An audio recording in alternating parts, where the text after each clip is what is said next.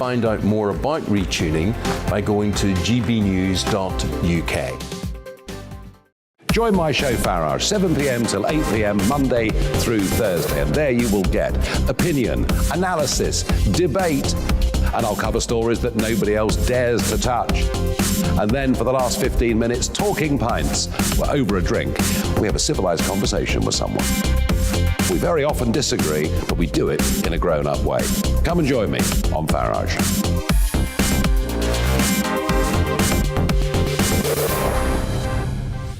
I'm Dan Wootton. Join me Monday to Thursday from 9 to 11 for the feistiest and most fun news debate on TV, where free speech reigns. I'll bring you a sharp take on the day's biggest stories, bombshell newsmaker interviews, and A-list guests. And I guarantee you, no spin, no bias, no censorship, and no reason to go to bed. That's Dan Wootton tonight, Monday to Thursdays from 9 on GB News. Hello there, I'm Eamon Holmes. And I'm Isabel Webster. And we hope you can join us for Breakfast with Eamon. And Isabel. You make me laugh out loud, belly laugh. Is that important first thing in the morning? Yeah, absolutely. And there's me trying to be deadly serious. News is a serious business. Yeah, I have to rein you in sometimes. Well, it doesn't stop us laughing at it. It doesn't stop us having an opinion on what's going on. Yeah. And it certainly will not stop us reflecting what you think. Weekdays from 6 to 9:30 on GB News.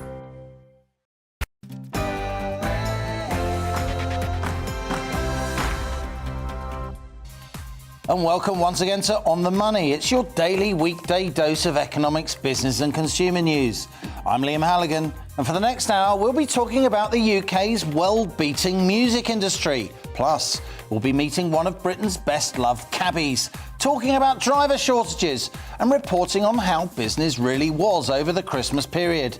As ever, On the Money, in-depth discussions with people who really know their stuff. But first, it's the GB News headlines with Rosie Wright.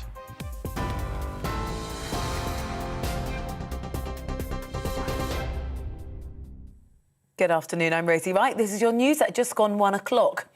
At least 6 hospital trusts have declared critical incidents as Omicron cases threaten staff shortages. The Prime Minister says it's essential to look after the NHS, as some health leaders warn they're in a state of crisis. One of those was United Lincolnshire Hospital's NHS Trust, who say extreme and unprecedented staff shortages were expected to result in compromised care. Meanwhile, as some schools are heading back today, classes are expected to merge into large groups if teaching staff levels dip too low.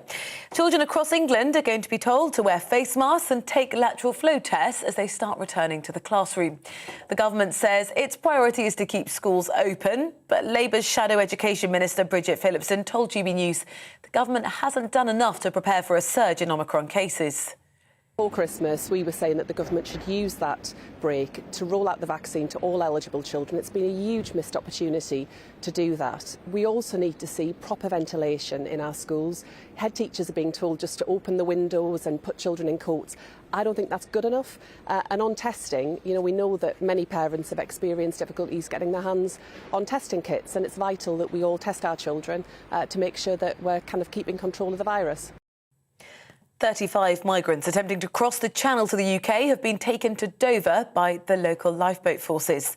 More illegal vessels are also being intercepted by UK Border Force. It follows new figures that show the number of people making the dangerous journey trebled last year. There were more than 28,000 illegal crossings in 2021.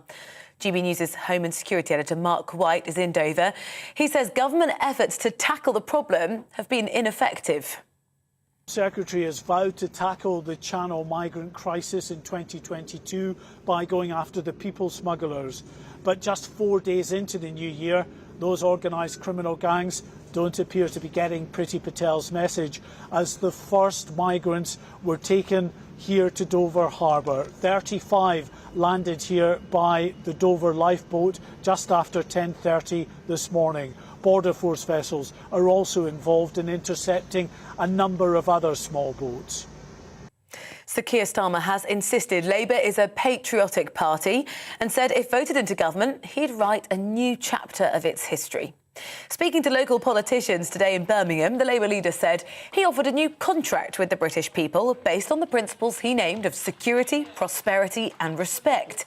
He also said his party would create 100,000 new start-up businesses and hubs of excellence. The Home Secretary says all historical convictions for consenting gay sex will be pardoned. Priti Patel said more people would have convictions for same-sex sexual activity cleared as she expands the list of former offences in the pardoning scheme. It now includes any former crime involving consenting same-sex adults. Priti Patel says the government aims to right the wrongs of the past. Now, a US judge is going to rule on whether a civil sex lawsuit can be brought against the Duke of York. Virginia Giuffre is suing Prince Andrew for alleged sexual assault when she was a teenager. The Duke's legal team, they deny the allegations and will today attempt to dismiss the case at a hearing. Yesterday, a document was made public revealing the terms of a $500,000 payout from the convicted sex offender Jeffrey Epstein to Miss Giuffre, which prevented her from speaking publicly. Well, former royal correspondent for The Sun, Charles Ray, says the legal argument does not exonerate Prince Andrew.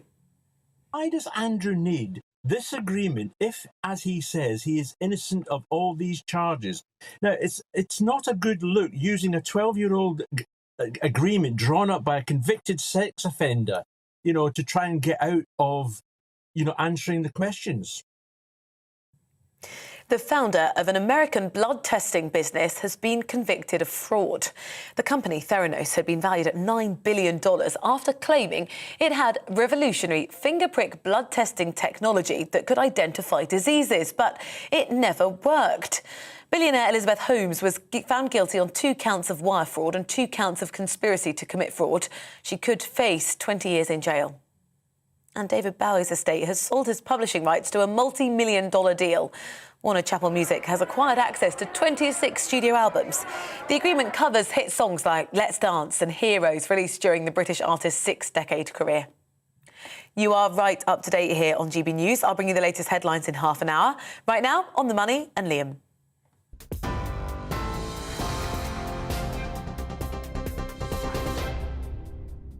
And coming up on The Money today, we're talking about the UK's world-beating music industry. Music consumption was up last year, despite or perhaps because of lockdown. We're discussing the merits of music streaming, listening over the internet via apps and social media. Live music, of course, has suffered badly during this pandemic. But is music streaming good for the industry as a whole, given that plenty of artists have paid very little when their music is streamed? We'll be talking to musicians and industry leaders. Plus, each day on The Money features an in-depth Money Talks interview with a business leader or policymaker. Now, back in November, On the Money spoke with Manchester's only fully qualified green badge tour guide taxi driver, John Constantine. Awarded Manchester's tourism star, he's left his usual front seat taxi spot and is back here on The Money by popular demand, joining us in the GB News studio to discuss the cabbie trade and the state of the industry after a difficult festive period. That's just after 1:40. And as ever, I want your questions, opinions, ideas on the music industry, the cost of living crisis, any other subject we cover here on The Money. Contact us, gbviews@gbnews.uk, or tweet @gbnews. I'll read out some of your messages later in the show, so stay with us. This is GB News. I'm Liam Halligan. You're on The Money.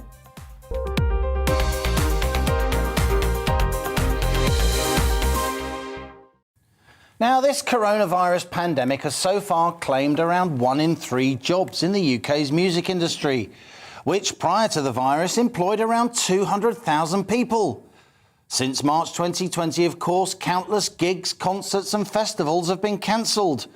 The trade body UK Music says some 70,000 jobs have been wiped out as the sector struggled with what it calls the devastating impact of anti-COVID restrictions.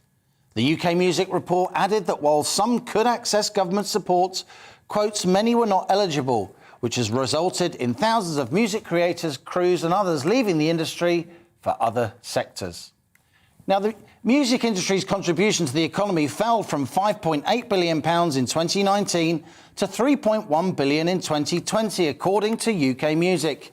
The value of our music exports also fell from around £3 to £2 billion in 2020. Now, the alternative to live music, of course, is streaming, listening to music over the internet via apps and social media. The UK's music consumption rose for a 7th successive year in 2021, with streaming now accounting for 83% of the total. Back in June, the UK saw audio streams top 3 billion, B for billion, a week. The same happened during December as well, according to a new report from BPI. That's the British phonographic industry. No fewer than 180 artists reached more than 100 million streams in the UK over the past 12 months. Yet, what is the impact of streaming on the artists themselves? I'm not talking big-name artists with massive legal backing, but smaller acts trying to break through. Well, a recent report from the Digital Culture, Media and Sports Select Committee of MPs highlighted the, quote, pitiful returns for most artists for stream music. The lack of money feeding through to actual artists was, the committee said, impacting the entire creative ecosystem. The BPI says that the legislative intervention could negatively impact performers, jeopardising the hard-won returns to growth after years of decline. Yet ministers, concerned about the power of the music industry, have referred the market dominance of major record labels to the Competition and Markets Authority. When it comes to creative industries, of course, we are a global superpower. Britain's music, film, theatre and the arts generally contribute well over £10 billion a year to our economy. But does streaming assist or threaten the musical originality and diversity of our world-beating music industry? Should artists, rather than the tech giants and record labels, get a bigger share of streaming profits? And that's our on-the-money question today. Music streaming, friend or foe of creative artists?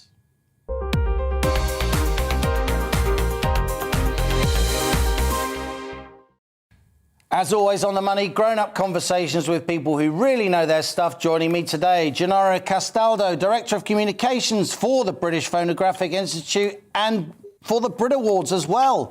We also have the singer and songwriter Tom Spates, an upcoming star whose music has already been streamed over 200 million times. Great to see you, Tom. Many congratulations. A fabulous performance. Also joining us is music columnist James Masterton. And in the studio, she's back. It's Miss Money Magpie, Jasmine Birtles, and On the Money regular. Great to see you, Jasmine, and Happy New Year. Let's start with you, Gennaro, the British Phonographic Institute, obviously a hugely important organisation. The Brit Awards, really the creme de la creme of the British music industry. What's your view on whether or not streaming allows the new bands to break through, the original bands, the bands that no one else will think of, the bands that really have been at the centre for many decades of Britain's musical genius? Good afternoon, Happy New Year. Well, I think streaming is a hugely important platform. Don't forget that for many years our industry was attacked by piracy. In fact, we saw our kind of revenue decline by nearly half. It had a massive impact all around the world and in the UK. And then from about 2014 onwards, streaming came along. It was embraced by record labels.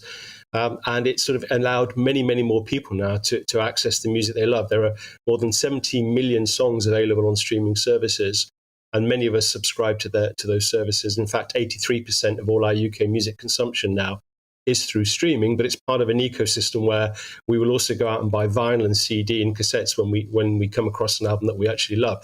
So from a fan's point of view, it's an incredible choice. They've never had more diverse choice than they do now in terms of not just the music they love, but how they can go about and enjoy it. And for artists as well, they've never had more ways of actually releasing their music and connecting with fans as well. And Tom Spates, someone that we know is in your studio, will be able to speak about his own experience. So I think streaming is hugely important. It means also that you're reaching a global audience when you release music. It's not just about the UK. And it's something that Britain does incredibly well. We're the largest exporter of music in the world after the US. Yet we're only 1% of that population, but over 10% of that global consumption. So clearly, I think it is working, and it's generating a lot more money, a lot more revenues for the labels who then reinvest that in continuing the growth and in continuing the choice for us as fans. And picking up on your point about artists, many, many more artists are actually thriving thanks to streaming. But it all comes down to one thing. Your music has to be in demand. It has to be popular. Just to get into the official charts, top 40 in a given week, you need 1.4 million streams. You can't think about it as in terms of CD sales. It's a totally different dynamic. You get micropayment for every stream, which is then divided up between VAT, the streaming platforms, song publishers, record labels, and artists. So you have to think about it in a different way. But it also creates huge long-term opportunities as well, because if you brought a CD out, you might have had some initial sales, but then it could be deleted or people just wouldn't buy it anymore. It wouldn't be stocked in shops. Now the stream is available permanently for eternity, essentially. And you only need for that piece of music to be made available in a film. They call that sync, or a TV advert. And Tom has had his music played in TV programs, I know. People will then stream it and they'll listen to it, and that will generate more sales. So you have to look at the long game here. And I'd say it's benefiting many more artists, certainly when compared to the CD era. Let's bring back in columnist James Masterton. James, I grew up in the 70s and 80s, watched lots of live music. I play a lot of live music myself now.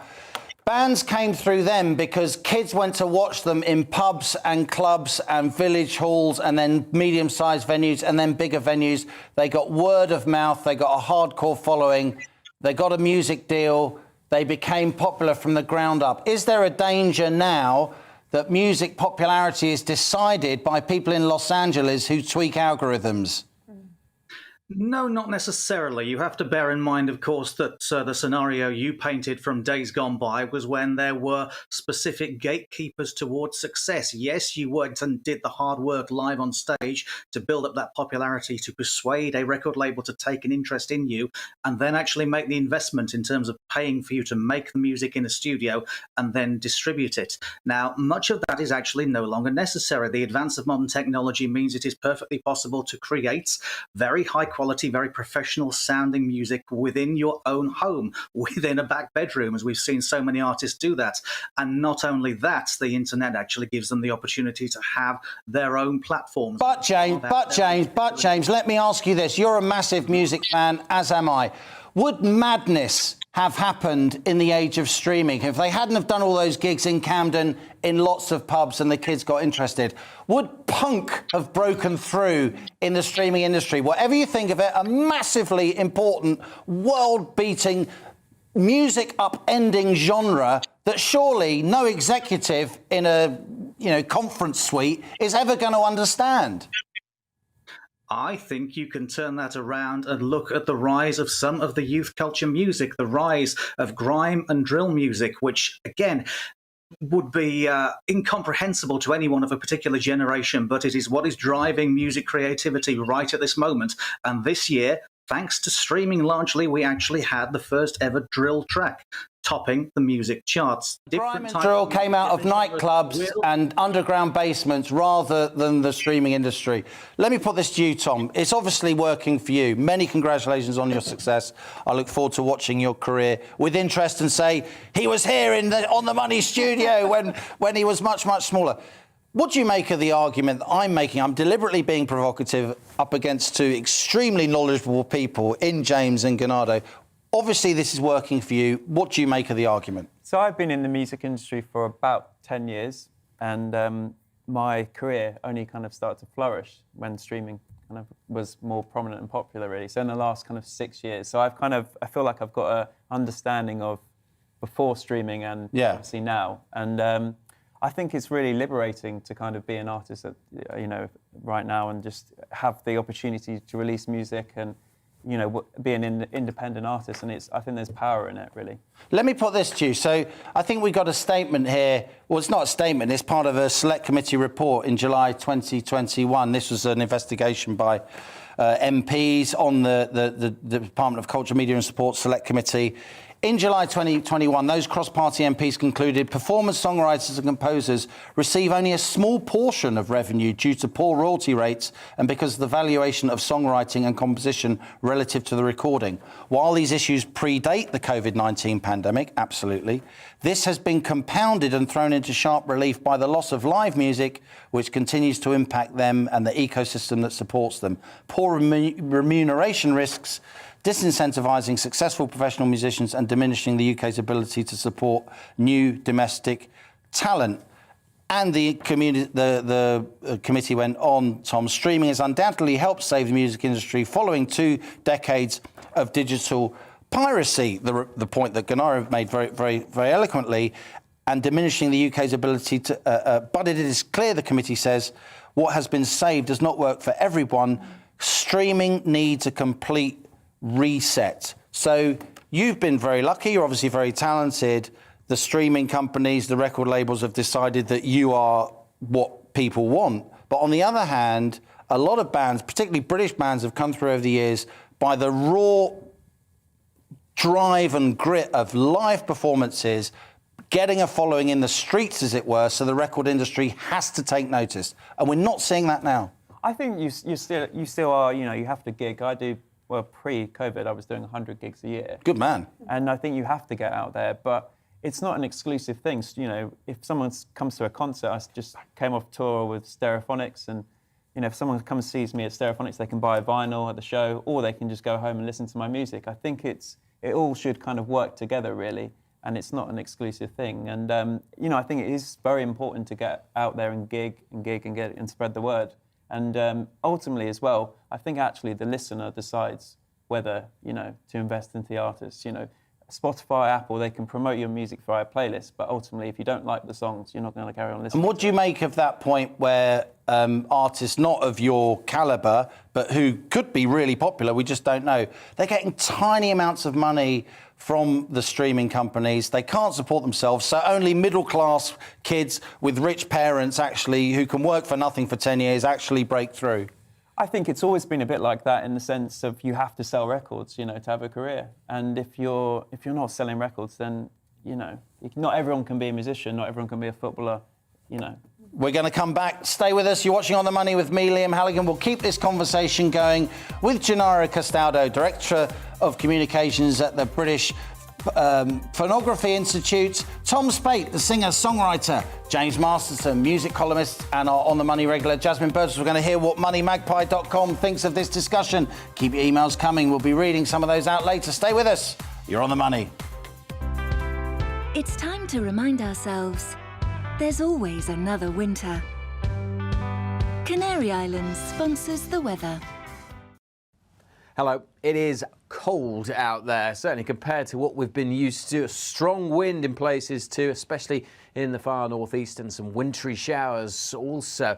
All courtesy of an area of low pressure up to the northeast. This weather front slowly pulling to the south, introducing the colder air. And as the isobars pinch together, very windy conditions, especially over Orkney and the far northeast of the mainland of Scotland. We have a yellow warning in place for that, and for continued snow showers coming in across Scotland. Mostly over the hills, but down to lower levels across parts of western Scotland, and some wintry showers for Wales, Northern Ireland too. Much of the rest of England, dry and sunny, but staying dull and damp across the southeast, and temperatures falling away. Single figures, but add on that wind and it feels even colder. Still very windy this evening in the northeast. Still further wintry showers to come here. So again, likely to be icy on the roads across northeast Scotland through the night and into Wednesday morning. Some showers coming into the west as well. So the possibility of things being a little icy as temperatures drop down close to freezing in towns and cities, a little below in rural areas. So a cold start to Wednesday for sure. It could be icy, as I said. Still some showers coming into Wales, snow over the hills, rain at low levels, some wintry showers across northeast Scotland also. But for many, tomorrow's a dry and a bright day with sunny spells, and the winds will finally be easing down as well. So actually quite pleasant, although still on the chilly side. Temperatures back closer to average 4 to 7 degrees Celsius. And as I said, the winds will be a lot lighter by tomorrow afternoon. Those lighter winds, though, will allow the frost to take hold quite rapidly on Wednesday evening. It's going to be a cold night Wednesday night into Thursday. Behind me, there's some wet weather, which, as it hits the cold air, will bring some snow over the hills on Thursday.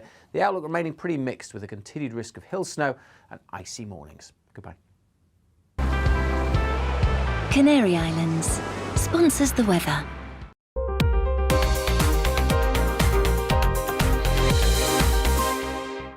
Hello there, I'm Eamon. And I'm Isabel. And you're watching the GB News digital stream across the United Kingdom. And around the world. If you're here in the UK, you can also watch us on your TV screen. GB News is Freeview channel 236. On Sky, we're channel 515. 626 on Virgin Media. Just remember, you might need to retune your TV to watch the channel. Yeah, and if you are doing that, find out more about retuning by going to gbnews.uk. Join my show Farage, 7 p.m. till 8 p.m. Monday through Thursday, and there you will get opinion, analysis, debate, and I'll cover stories that nobody else dares to touch. And then for the last 15 minutes, talking pints. We're over a drink. We have a civilized conversation with someone. We very often disagree, but we do it in a grown-up way. Come and join me on Farage.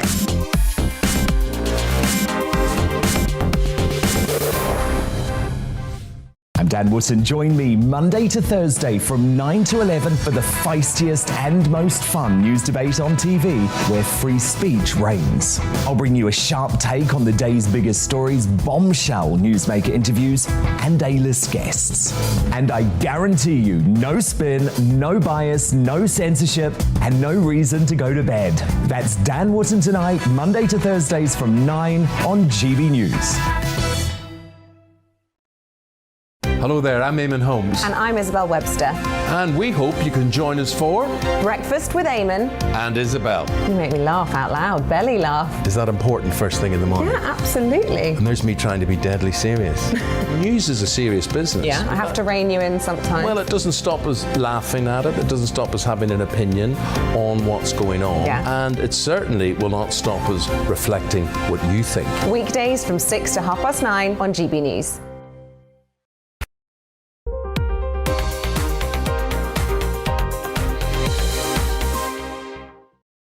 Welcome back. You're on the money. We're discussing the UK's fantastic music industry. Is streaming the friend or the foe of creative artists? Now, Jasmine, you didn't get a say before the break. Our great financial oracle, you've been listening to the various views around the table. What's your view on streaming? I'm not a fan, generally, because I'm thinking about individual musicians, composers. So, for example, I'd just like to read out a text from a friend of mine who is a composer, classical composer. Yeah. So Thomas Hewitt-Jones, he said, streaming is a giant problem for musicians. He says Spotify massively underpay the artist and creative, in other words, the songwriter, and large record labels, the giants, do huge financial deals with the likes of Spotify. But, pennies go to the individual presenters, the performers and writers. Worth saying Spotify aren't here to defend themselves. Many artists do very well out of the streaming giants and Spotify. But what you're saying, Jasmine, is an echo. What your friend is saying is an echo of that DCMS report by the MPs back in the summer. Let's put that to Gennaro Castaldo. Gennaro, you are, the Brit Awards, which you're heavily involved with, are an amazing brand. I salute everything that they do. Obviously, the British phonographic industry, whose report we're discussing today, talking about the big increase in consumption of music. Again, good news. But what do you make of what Jasmine's composer friend said just there, in good faith, and indeed what the Select Committee said over the summer? Well, I actually have two questions for Jasmine. Firstly, how many times has that composer been streamed? Does she know that? And also, under the CD era, how many CDs did he sell? So people keep saying, "Oh, we're not being paid enough," but everything is relative. It depends on popularity, and if you're streamed in large volumes, then the revenues will come. They'll come not just for you, but for the labels, the publishers, everyone involved in the music ecosystem. I made the point earlier that to just get into the top 40 chart in 1 week, you need 1.4 million streams. And I often hear artists saying, "Oh, I've been streamed hundreds of thousands of times." I mean, as much as that's great, I'm afraid it's just not enough, given that everyone's earning micropayments, to generate the level of income to sustain a career in music. It comes down to popularity, and that's generated by the fans themselves. But thousands of artists are actually achieving all of that. And when you spoke earlier about, would punk happen again? Would madness happen again? Absolutely it would. Just look at the incredibly diverse range of music breaking through in British music. James said, rap and grime. dance music, mainstream music, pop, rock, metal, they're all thriving. They're all doing very well. They're finding audiences in the UK and globally. And if they're streamed in large enough numbers, then they'll get the revenues as well. And often what artists don't always mention is that if they've done a deal with a particular record label and they've got all sorts of deals available to them now freely in a hugely competitive market, they will often get an advance. They get their royalties paid up front in advance. And if their music doesn't sell, they don't have to pay that money back. Okay, So it's actually a really good time for artists. Very good. Let Jasmine come back. Yes, well, he says he's been streamed 1.2 billion times. That's on TikTok, admittedly. So it's a different platform. But, all of the if he's been streamed 1.2 billion times, he would be a millionaire. So, something doesn't add up there, I'm afraid. Yeah, exactly. But that is the situation that a lot of people are finding. A lot of people that are not, if you like, mainstream, because now classical music is not seen as mainstream. Right. And they are feeling that they're pushed to the side. And certainly, it has been easier for them when they could be live, when they could do the live stuff, and that hasn't been around for the last couple of years. But I think streaming in no doubt what we're all agreed on, and we'll bring Tom back in a moment. I want to go to James Masterton next, if I may, the music columnist. What we're all agreed on is that the lack of live music we've seen during the pandemic, the dearth of venues for live music, which have been falling for years and years and years, with fewer pubs, fewer halls where people can play, that is, bad for acts coming through. That's bad for the music industry, whether or not we have streaming or not. Let's go to back to James Masterton. James, what do you make of the conversation you just heard there between Gennaro and Jasmine? I think it's only right that the question is asked about the level of remuneration that artists get from streaming, because yes, on the face of it, it does seem a rather small amount. And compared to the kind of revenues that you would expect from actually selling music and having people buy physical copies of your product in the past, yes, it does seem small. It has to be emphasised, though, that these are micropayments that do scale up to quite large quantities over time. And what the BPI has been keen to emphasise, and I do agree with them, is that the barriers to people achieving that level of success are now much lower than before. There is the gateways are there. You have lots of opportunities to develop the kinds of following and achieve the kind of popularity that gets you streams into the millions rather than the tens or hundreds of thousands, and actually starts to generate real money. So we shouldn't be too downcast about this. Yes, from the people at the very lower end of the scale, it's much harder to make money. But if you want to make real money making music, make better music, make good music, make music that people actually want to listen to. And more so than ever before, it's very easy to see who are the people who are popular and who are the ones that just need to try a bit harder. Any of you getting in touch online via GBViews at gbnews.uk, via Twitter at GBNews about this subject, so we're going to extend this conversation. Tom Spate, let's go back to you. I guess the thought I have is that, yes, Gennaro rightly says if you get a streaming deal, you can get a record deal as well, and so on. But I guess in the olden days, when I were a lad, and even quite recently, a band would, if they could just get to that first hurdle of getting some kind of a record deal, then they could have a bit of financial redress, a space, a few months where they didn't have to go to work on the building sites or whatever, so they could have some time to develop a set list and then go for it. Yeah, I think it still is a bit like that, I had a record advance, and you still have to back it up with the goods and sell records to pay back that money. And if you don't sell those records, then you get dropped and you're back on the building site. So it's just very difficult to make it in the music industry. And I think you have to keep working hard. And the problem at the minute is the fact that you haven't been able to gig for the last 2 years. That's so right. It is very We're all hard agreed on that. To build a fan base and engage with the audience, in a tangible way. Tom, hold that thought, because we are going to carry on this discussion. A fabulous panel. I really appreciate all of you taking part. But for now, we're going to go back to the GB News headlines with Rosie Wright.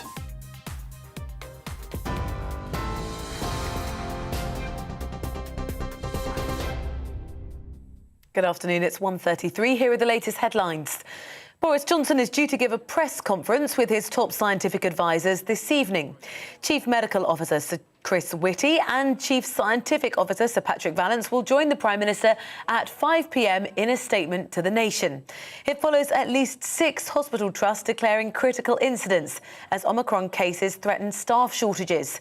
The Prime Minister says it's essential to look after the NHS, and some health leaders warn they're in a state of crisis.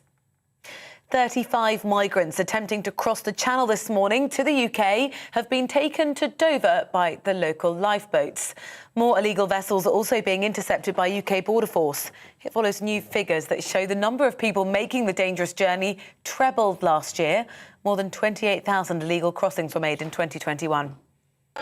Sir Keir Starmer has defended Labour as a patriotic party and said if voted into government, he'd write a new chapter of its history. Speaking to local politicians in Birmingham, the Labour leader says he wants to start the new year by making a pledge of straight leadership. He also said his party would create 100,000 new start-up businesses and hubs of excellence.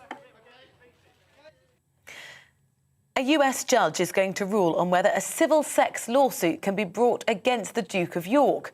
Virginia Giuffre is suing Prince Andrew for alleged sexual assault when she was a teenager. The Duke's legal team deny the allegations and will attempt to dismiss the case at a hearing today. Yesterday, a document was made public revealing the terms of a $500,000 payout from convicted sex offender Jeffrey Epstein to Miss Giuffre, which prevented her from speaking publicly. You're up to date. I'll have more for you on all of today's top stories at 2 o'clock.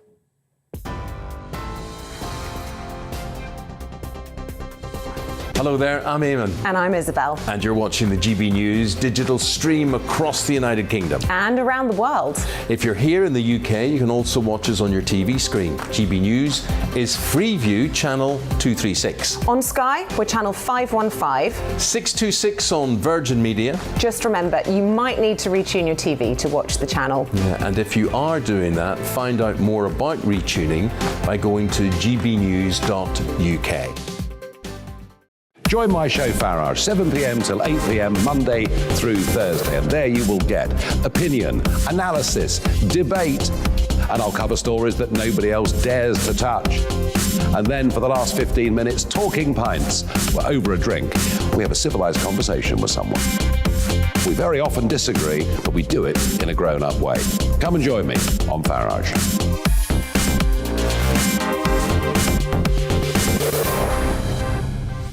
I'm Dan Wootton. Join me Monday to Thursday from 9 to 11 for the feistiest and most fun news debate on TV, where free speech reigns. I'll bring you a sharp take on the day's biggest stories, bombshell newsmaker interviews, and A-list guests.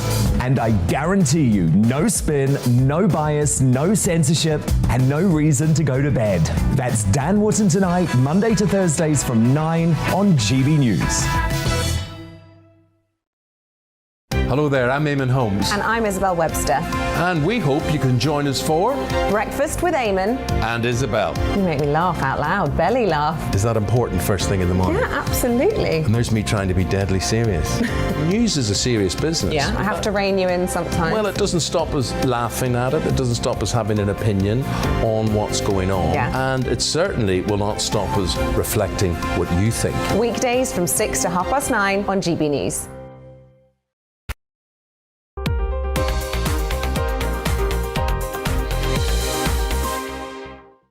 Welcome back. It's just after 1:37. You're on the money with me, Liam Halligan, and welcome not just to viewers but listeners on GB News Radio. We're discussing the UK music industry. It's such a good discussion. We're extending it. Is streaming the friend or foe of creative artists?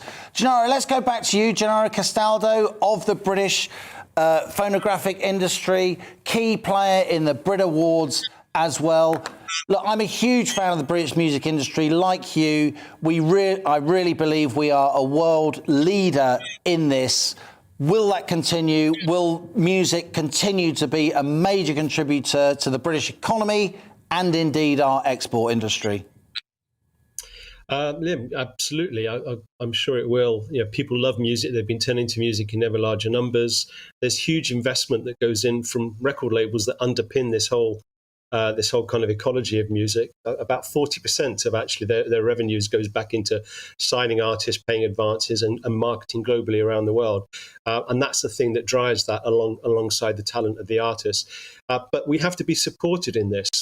Music is one of the great success stories for the UK. You know, all around the world, people know who Adele is. They know Ed Sheeran. They know Dave. They know all these brilliant British artists. And as I said earlier, you know, we're the biggest exporter of music globally after the US. But we have to be sort of supported in this. And one reason why we've been having this debate, one reason why labels need to be able to sort of generate as much as they can is because they keep reinvesting. They keep creating new music for everyone to actually enjoy. You know, one really interesting stat, for every one artist that is commercially successful, there are 10 that sadly just aren't because the demand isn't there in the same level. But it's the record labels, having paid advances to those artists, that actually fund that. They take the risk on that.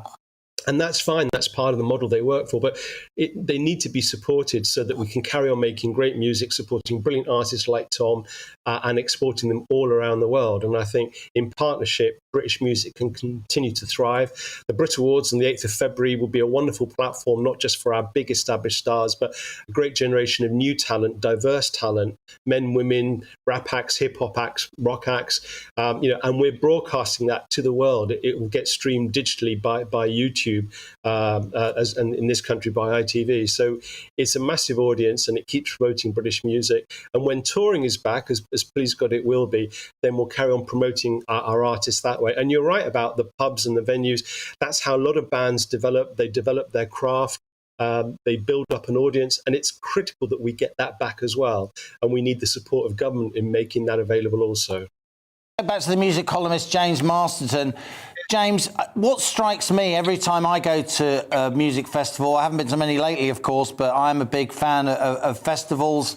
And, of course, Britain is a world leader in festivals as well. Hundreds of thousands of people come to the UK every year in normal times to attend not just Glastonbury, Reading and all the rest of them, but the smaller festivals too. But what I notice is that so many of the headline bands, I mean, they're like in their 60s or 70s.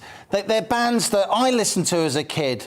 And that's quite nice for me. I can tell my kids that my music's better than your music, I guess. But again, that's symptomatic of the fact that not so many youngsters are coming through. Of course, we've got our Ed Sheerans, we've got our Adeles, we've got our Tom Spates here live, in the GBNews studio, and he's coming back to perform. But we haven't got the real massive headline makers, Led Zeppelin, Pink Floyd, David Bowie anymore. That's how it seems to me. It's a very good point, and it's a fascinating illustration of the way the music industry seems to have evolved and developed, in the sense that what you might call heritage acts, catalogue acts, can actually still have a viable presence in the modern day music industry, not only making new music of their own, but also performing some of their classic hits. And the streaming market has actually facilitated that. As much as brand new up and coming artists are important in terms of doing the numbers for streaming, of course, as we've seen, legacy acts such as the Beatles, the Rolling Stones, even Oasis are still able to have their albums streamed in such large numbers that they are regular presences in the charts. Yes, the question has to be asked. Are these new artists coming through? And even the big superstars that we've mentioned earlier, Adele and Ed Sheeran, the biggest artists on the planet right now, releasing two of the biggest albums of last year, they still began their careers, both of them, well over 10 years ago. But there is always that conveyor belt. There is always that talent flow. You mentioned going to festivals and seeing some of the big headline acts. Well, I would say, who was the headline acts at the last big Glastonbury festival a few years ago, who grabbed all the headlines, who grabbed all the attention, who had millions watching him live on television? It was Stormzy, a man who you might regard as part of the new generation of British superstars. They will always come through, but there should always be room as well for those legacy acts, who at the end of the day get people through the doors of the festivals. I will pay to see a big name from my childhood at a festival, but as part of that, I'll also be exposed to some exciting up-and-coming talent. It's the way the system works. It's a good point, James. You make it well. Tom, now, We're going to have this discussion again, maybe around the time of the Brit Awards. It's a really important discussion. It's close to my heart. You're going to come back. You're going to give us a few little chords on your guitar and maybe sing a song. Jasmine will be here. She'll be dancing. We'll be getting the lighters going and all the rest of it. But this is a serious point. You're very talented. You've been very lucky. You must know many artists that you've gigged with over the years, close friends of yours, I'm sure, who are among the 9 out of every 10, as Gennaro just said, who don't break through, who can't make a living from it. Surely there's a living that they could make if there was more live music, and maybe if they got a better deal from the streaming companies. I think it's a very interesting kind of question there, but I have friends, obviously, that have signed record deals, major label record deals, and some have been dropped, but then, with the age of streaming, they've been able to forge an independent career with, releasing their music themselves and stuff, which is, I think, very liberating because they're not relying on that major label to push their music. And I think there's a room for everyone, I think, in some ways, whether if it's in a live market or streaming, or if, getting your songs on TV or radio, there's a place for everyone, I think. Let's hope so. Jasmine, I'm afraid we've got to leave it there. It's been an amazing discussion. I really appreciate it. Jasmine Birtles, MissMoneyMagpie.com, friend of the show. Tom Spate, great to meet you. We're going to watch your career with interest. I'm going to welcome you back to the On The Money studio. Gennaro Castaldo of the BPI, of the Brit Awards. All the best with those awards, Gennaro, in February. We'll be keeping an eye on them here on GB News, and, of course, James Marston, music columnist. Thank you all for that fabulous discussion. Lots of you on streaming and the music industry have been in touch with us. Richard emailed gbviews@gbnews.uk to say you can listen and watch almost any musical artist from the comfort of your own home for free on YouTube if you're willing to put up with the occasional advert. Old King Cole, with only his Fiddlers 3, would have been gobsmacked. Doug contacted us to say there is and there will be never a substitute for live music. Couldn't agree more, Doug. Going into a pub, watching a band strut their stuff is something that streaming will never replace. Alan says, how about the fans who can't boast they saw a famous band when they started in their local pub, club or village hall? Indeed, a good point. And Paul contacted us, one of many emails that we've received on this subject. Paul says, I listen to many more artists through streaming than I ever would have through live events. It's a good point. Keep those emails coming. Tell me what you want to be discussed here on The Money. It's your show too. And now it's time for my daily interview series. Here it is. It's Money Talks.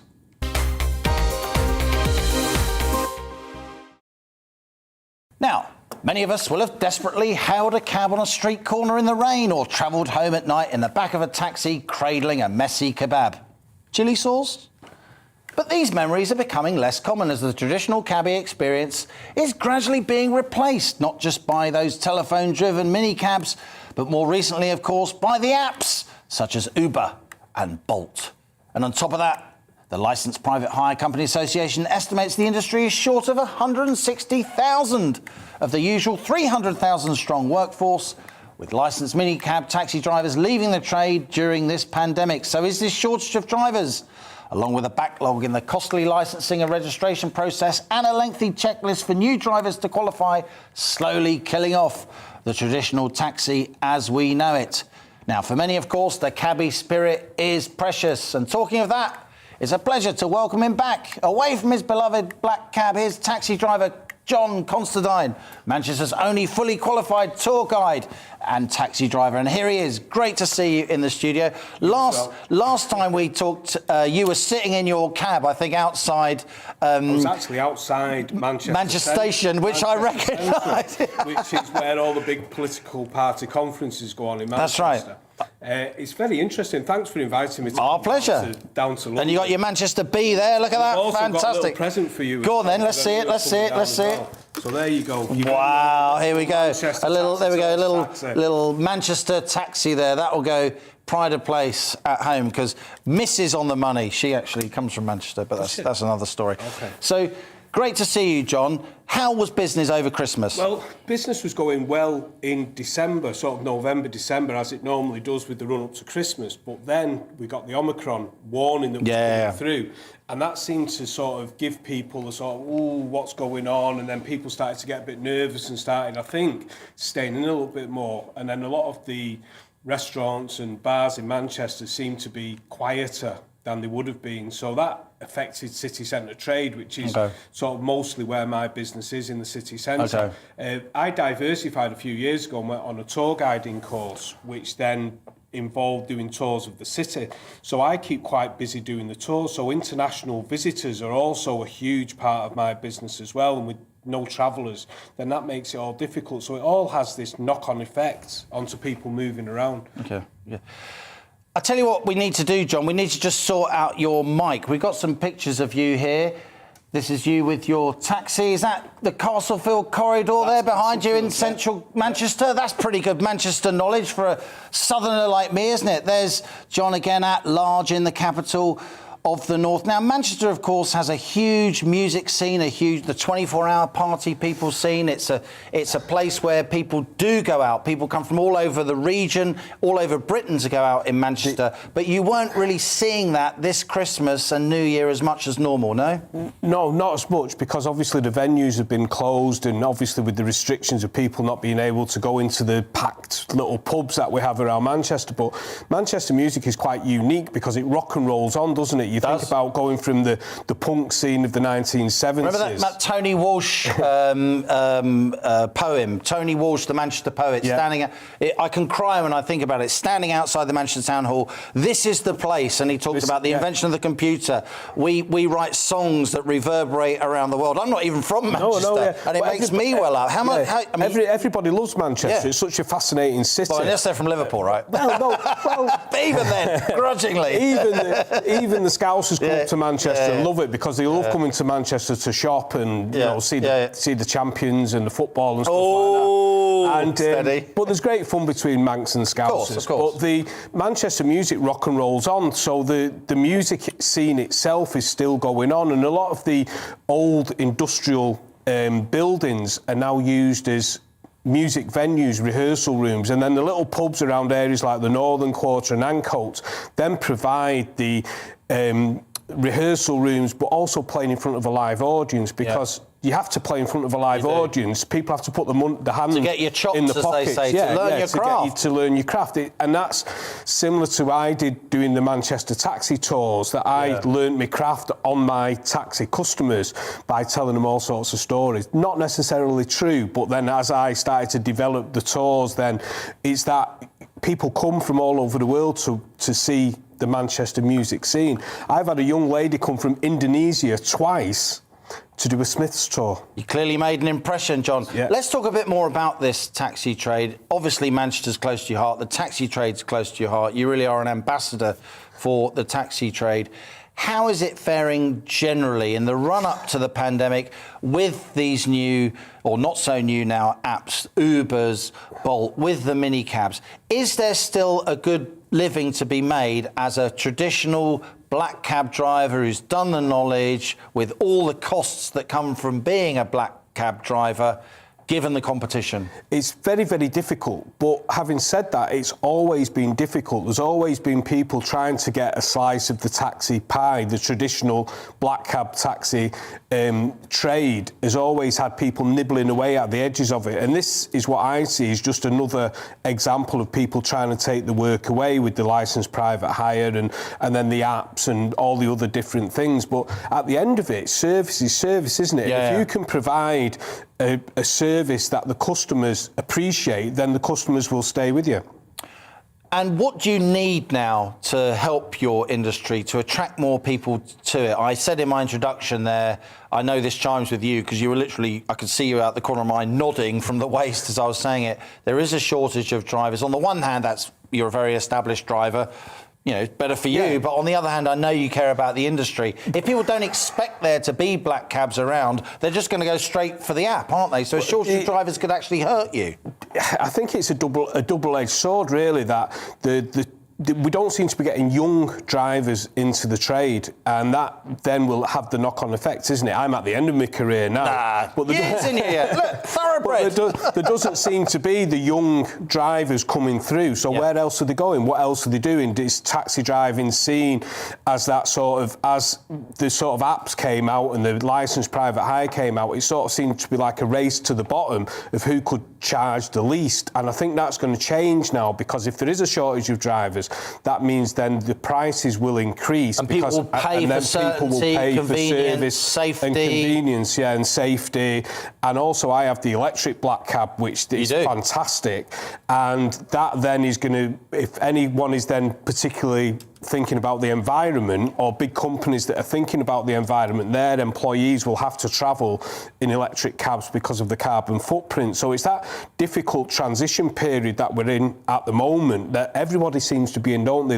The pandemic has done a lot more than just affect the taxi trade. It's affected all trades across the business where you're customer facing. And how do you get on with the electric cab? I mean, let's just talk a little bit about the expense. For a working man, a cabbie, I mean, a regular cab's 40, 50, 60 grand, right? I mean, an electric cab must be even more, presumably. How do you finance that? They're getting around that figure. The way it's a lot of money. The way I justified it to myself was, when I went to buy it, was that the fact that I do the tours, then this then gave me an added edge, really, because I know it's got a huge sunroof, hasn't it? So it's like an all-around. Yeah, it's a six-seater. It's got a panoramic sunroof. Plus, the clients that I attract that come on the tours like the environmental friendliness of it. The intercom's better. Everything's just better. It gives you that 360 vision out of the taxi as well. So not only can you look around, but you can look up as well. And this then gives you that when you're advantage. driving past Old Trafford. Or the Etihad. Or the Etihad, I was going to say Main Road there. That would have shown my age. But this then gives you that edge, and that's what I thought. And then the fuel saving pays the finance. So that then gives you that you can afford to run the electric black cab. Well, look, John, you come all the way down from Manchester to talk to us. We're absolutely delighted you're in the GB News studio. You've got a lot of friends here in GB News. Thank you very much. It's really great. We're going to make you a sort of honorary GB News correspondent. Don't tell Bradley Harris, our fantastic Northwest reporter. Now, he's a huge fan too. And I'm delighted with my little Manchester taxi, and it's been really good to see you. Thank you so much. Thanks for coming in. All the best. And let's hope City don't win the championship this year. Controversial. You've been watching On the Money with me, Liam Halligan. Thanks for joining me today. We'll be back tomorrow for more economics, business and consumer news at 1 p.m. as normal. Thanks so much. Thanks for all your emails on that fabulous discussion we had in the music industry. We'll be picking up that subject again soon. This is GB News. I'm Liam Halligan, and that was On the Money. It's time to remind ourselves there's always another winter. Canary Islands sponsors the weather. Hello. It is cold out there, certainly compared to what we've been used to. A strong wind in places too, especially in the far northeast, and some wintry showers also. All courtesy of an area of low pressure up to the northeast. This weather front slowly pulling to the south, introducing the colder air. And as the isobars pinch together, very windy conditions, especially over Orkney and the far northeast of the mainland of Scotland. We have a yellow warning in place for that, and for continued snow showers coming in across Scotland. Mostly over the hills, but down to lower levels across parts of western Scotland, and some wintry showers for Wales, Northern Ireland too. Much of the rest of England, dry and sunny, but staying dull and damp across the southeast, and temperatures falling away. Single figures, but add on that wind and it feels even colder. Still very windy this evening in the northeast. Still further wintry showers to come here. So again, likely to be icy on the roads across northeast Scotland through the night and into Wednesday morning. Some showers coming into the west as well. So the possibility of things being a little icy as temperatures drop down close to freezing in towns and cities, a little below in rural areas. So a cold start to Wednesday for sure. It could be icy, as I said. Still some showers coming into Wales, snow over the hills, rain at low levels, some wintry showers across northeast Scotland also. But for many, tomorrow's a dry and a bright day with sunny spells, and the winds will finally be easing down as well. So actually quite pleasant, although still on the chilly side. Temperatures back closer to average 4 to 7 degrees Celsius. And as I said, the winds will be a lot lighter by tomorrow afternoon. Those lighter winds, though, will allow the frost to take hold. quite rapidly on Wednesday evening. It's going to be a cold night Wednesday night into Thursday. Behind me, there's some wet weather, which, as it hits the cold air, will bring some snow over the hills on Thursday. The outlook remaining pretty mixed with a continued risk of hill snow and icy mornings. Goodbye. Canary Islands sponsors the weather. Hello there, I'm Eamon. And I'm Isabel. And you're watching the GB News digital stream across the United Kingdom. And around the world. If you're here in the UK, you can also watch us on your TV screen. GB News is Freeview channel 236. On Sky, we're channel 515. 626 on Virgin Media. Just remember, you might need to retune your TV to watch the channel. Yeah, and if you are doing that, find out more about retuning by going to gbnews.uk. Join my